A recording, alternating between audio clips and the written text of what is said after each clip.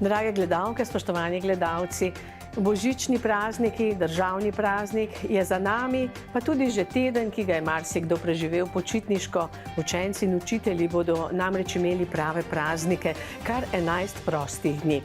Pred nami je novo leto in vstopovanje verjetno težko pričakovan, kajti vsi upamo, da bo boljše, kakor je bilo leto 2023. Nocoj v novicah seja občinskega sveta Hrastnik, odlagališče Rakovnik, razstava Zasavskega muzeja.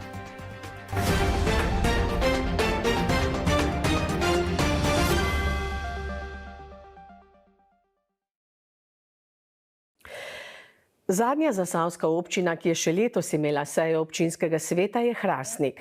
Dnevni red, ki je obsegal 11 točk, so obravnavali v četrtek. Med točkami 9. redne seje so bile tudi nekatere skupne stvari s sosednjima občinama, kot na primer Zasavske lekarne in Zasavska ljudska univerza. Kot je povedal župan, se za Hrastnik izteka razgibano leto, v katerem se je dogajalo marsikaj. Posledično so svetniki imeli tudi nekaj več sej od prvotno predvidenih. Ker je bila omenjena seja zadnja, smo župana povprašali, kako je kot prvi občinski mož zadovoljen s poslavljajočim se letom in kaj meni o sprejetem proračunu. Iztekajoče se leto je bilo za občino Hrastnik izrazito težko iz več različnih razlogov. Eden je vsekakor cena daljinskega ogrevanja ter seveda tudi povečanje drugih stroškov, ki so drastično zarezali v naš proračun. Najbolj smo v tem preteklem obdobju ponosni na zaključek dveh velikih projektov.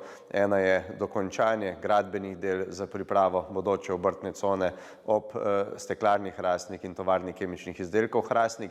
Gre za izjemno velik kohezijski projekt, ki bo, jaz verjamem, dal nek nov zagon za obe omenjeni podjetji ter za nova, boljša delovna mesta z dodano vrednostjo ter za razvoj seveda Hrastnika na gospodarskem področju.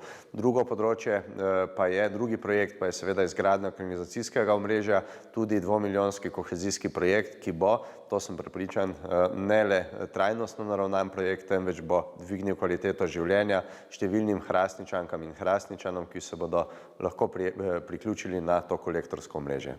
Občina Hrastnik je z današnjim dnem potrdila proračun za prihodnje leto.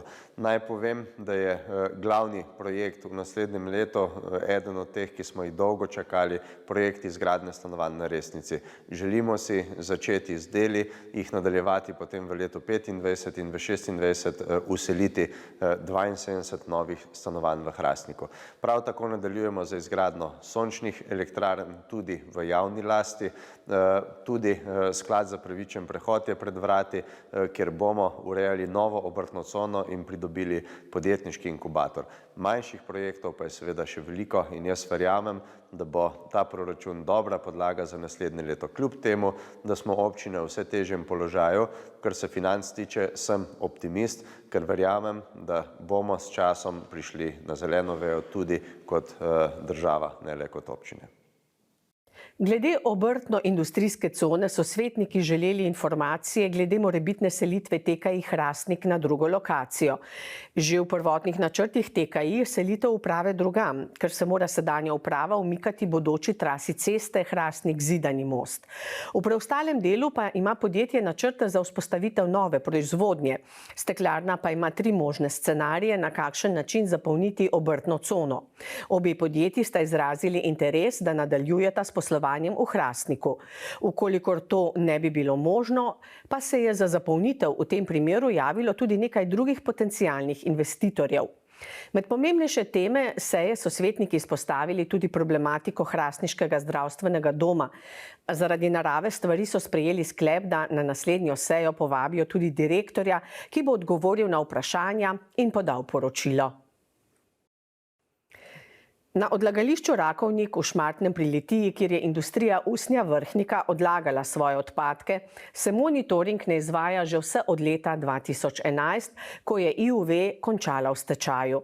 Največji problem zdaj zaprtega odlagališča so izcedne vode, ki se zbirajo v bazenu in iztekajo tudi v bližnji potok, in pa seveda odlagališče samo po sebi.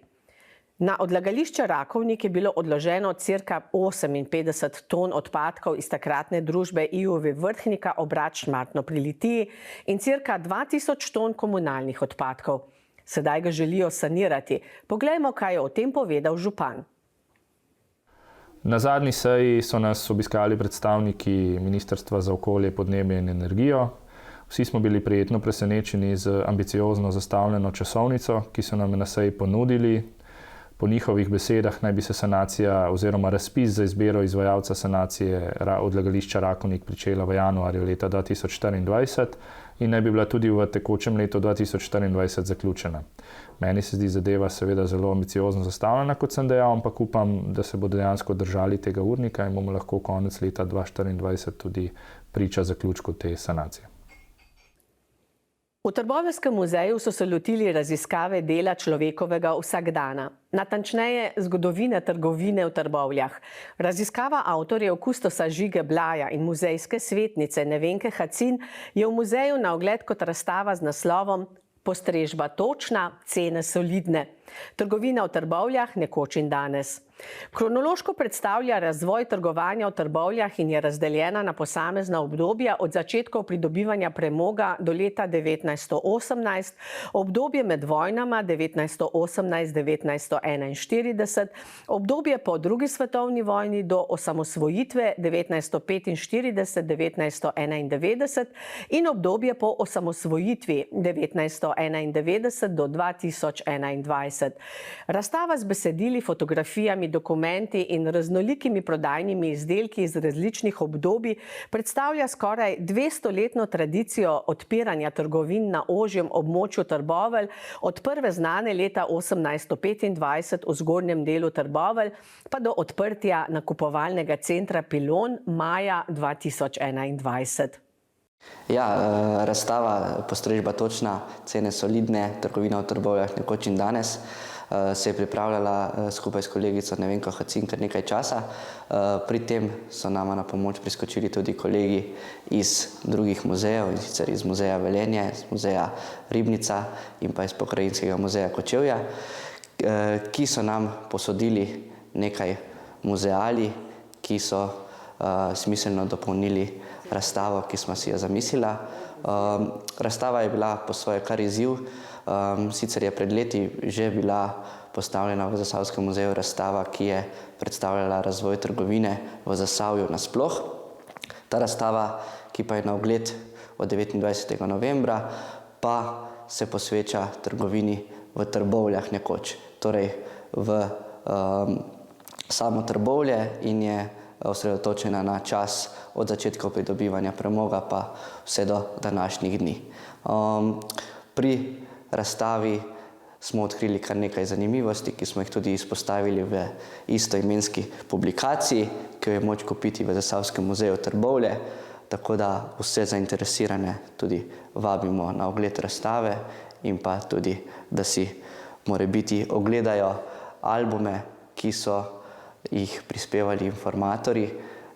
Notri so zbrane fotografije nekdanjih zaposlenih v trgovskem podjetju 1. junij, na primer, in marsikater nekdanji zaposlen se na teh fotografijah lahko najde. Poleg tega pa vabim tudi, da si morebiti kupijo to publikacijo. Na razstavi je poseben kotiček, ki je še dobro poznan starejšim generacijam trboveljskih obiskovalcev, saj je povezan z nekoč znano lokalno trgovino. Na sami razstavi Trgovina v Trbovljah nekoč in danes predstavljamo ambientalno postavitev nekdanje trgovine. Trgovine tipične za obdobje med obima vojnama. Posebej smo ponosni na to, da na tej predstavitvi kažemo originalno opremo, nekoč zelo poznane Radejeve trgovine iz Trbovelj. To je oprema, osnovna oprema, kjer se nahajajo izdelki, ki so se takrat prodajali, in sicer v posameznih predelih imamo blago, izdelke, moko, sladkor, koruzo, koruzni zdrob, ki se prodaja na vago, kar pomeni, da stehtamo, odtehtamo in damo v papirnate vrečke. Tudi ostali del opreme, kot je naprimer oprema za čevlje, za pasto, po domače rečeno za globin, potem šivalne pripomočke in pa seveda opremo za vsakdanje življenje. Blago, ki se je potrebovalo v gospodinjstvih.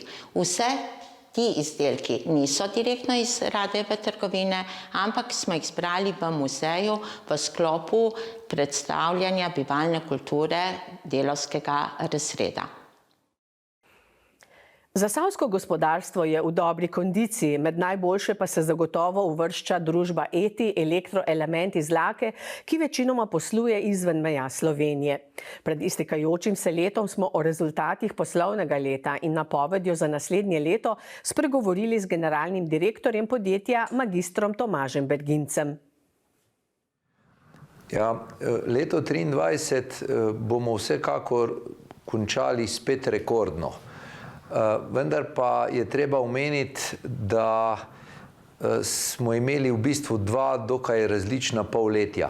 Začelo se je, če lahko rečem, več kot odlično v prvem polletju, no in v drugem polletju pa smo zaznali predvsem na zahodnoevropskih tržiščih upadanje gospodarskih aktivnosti, predvsem znižanje obsega stanovanjske izgradnje, tako da če primerjamo samo drugo polletje, je bilo pa nekoliko slabše od lanskega. Če pa se štejemo vse skupaj, bo leto rekordno, tako po prihodkih kot tudi po dobičku. Bomo pa mogoče za kakšen 1,2 milijona zgrešili tisti naš veliki cilj 200 milijonov evrov prihodkov v letošnjem letu. Za naslednje leto bomo planirali eno umirjeno gospodarsko rast in tudi rast našega podjetja. Ocenjujemo pa, da bo prvo polletje še vedno nekako težje, to se pravi še malce šibkejše, da se bo pa potem od poletja dalje ali pa mogoče že od junija dalje rast zopet dvignila in da bo leto 2024 vsekakor spet zelo dobro. Obnovljivi viri energije in pa e-mobilnost sta dve področji, kjer planiramo tudi v bodoče najvišjo rast. Zaradi tega, ker je to splošen trend v Evropi in seveda tudi v svetu in mi želimo imeti del tega kolača tudi zase. Hkrati bi pa izkoristil možnost, da vsem gledalcem ETV-ja zaželim lepe, vesele božične praznike in pa predvsem srečno novo leto. V torek 26. decembra so pred rudnikom Sitarjevec v Litiji obiskovalce navdušile animirane peščene jaslice. Slikarka Irena Režek je božično zgodbo ob živi pripovedi radijske voditeljice Maje Morela risala na svetilno ploščo v tehniki animacije s peskom. Med posameznimi prizori so se z božičnimi skladbami v dogajanje vklapljali odlična ženska vokalna skupina Lipa in avtorska glasba Anžeta Grma in Gašperja Šinkovca. Več o dogodkih Čarobna Litija pa na spletni strani organizatorjev. Drage gledalke, spoštovani gledalci, hvala za vašo pozornost. Lepo preživite praznične dni in srečno!